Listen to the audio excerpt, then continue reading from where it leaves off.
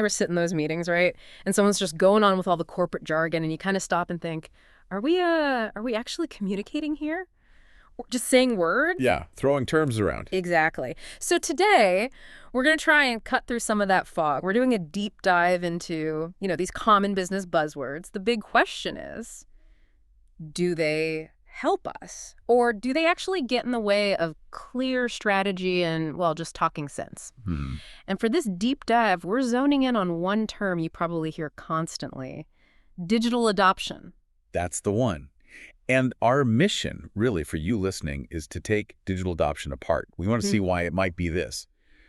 Linguistic black hole, a term that maybe obscures more than it actually clarifies. Okay. And then we'll look at an alternative that's being proposed, something much clearer. Modernization. Because honestly, getting the language right isn't just, academic. It's absolutely vital if you want to make real change happen in an organization. It really is, isn't it? Digital adoption, it's everywhere. It's like this mantra you hear from, well, every tech vendor, every consultant. But the thing is, even though it's so common, what it means seems kind of fuzzy. It really does shift depending on who's saying it and when.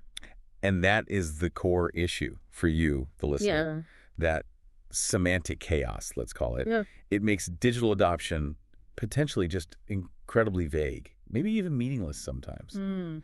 It's jargon, plain and simple. And that kind of jargon can seriously block clear communication. It can derail strategic planning. Think about how can you possibly plan effectively if the key term means 10 different things to 10 different people in the room. Right. So, okay, let's try and unpack this a bit. When you actually look closely at digital adoption, what are all these different meanings? Our source dives into this, and wow, there are quite a few, and they often seem to clash. They really do. Sometimes it's super basic, just people using a digital product, like clicking the buttons, that's it. Minimal standard, yeah. But then other times, it's pitched as something much bigger: people using a product to its absolute maximum potential, really getting everything out of it. Okay, so a difference in depth already. Yeah, and then it can be about internal marketing.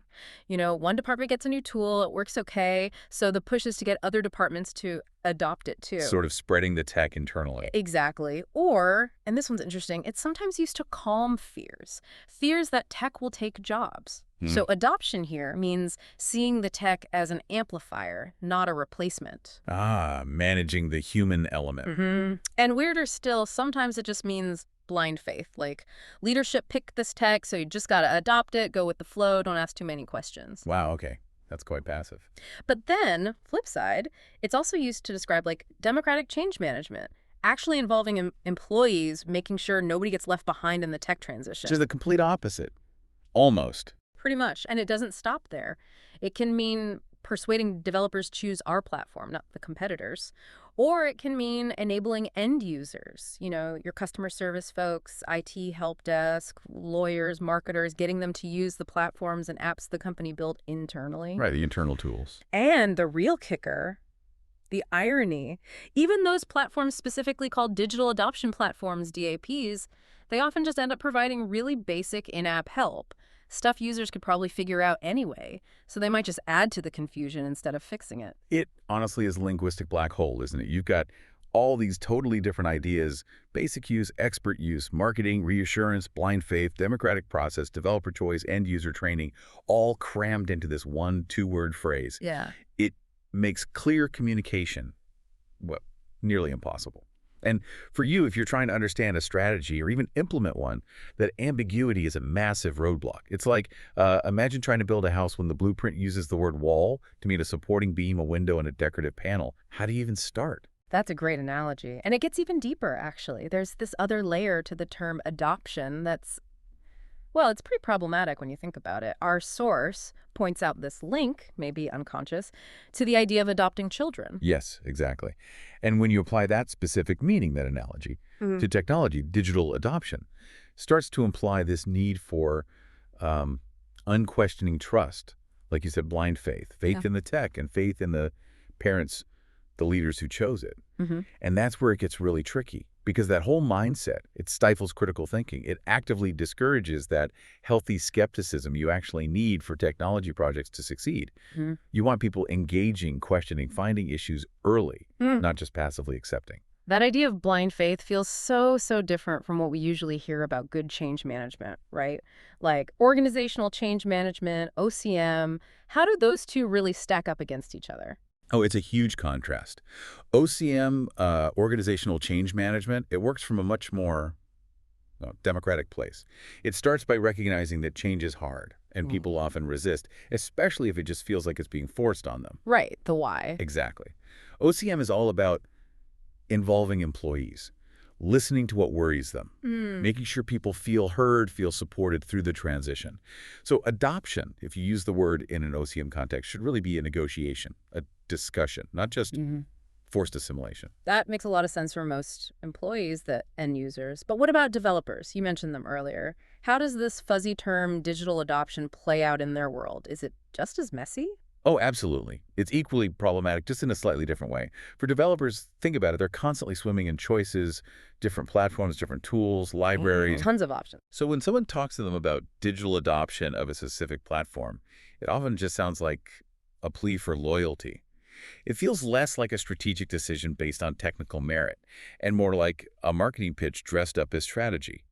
Adopt our thing because, well, we want you to. Gotcha. Less about the best tool for the job and more about just picking a side.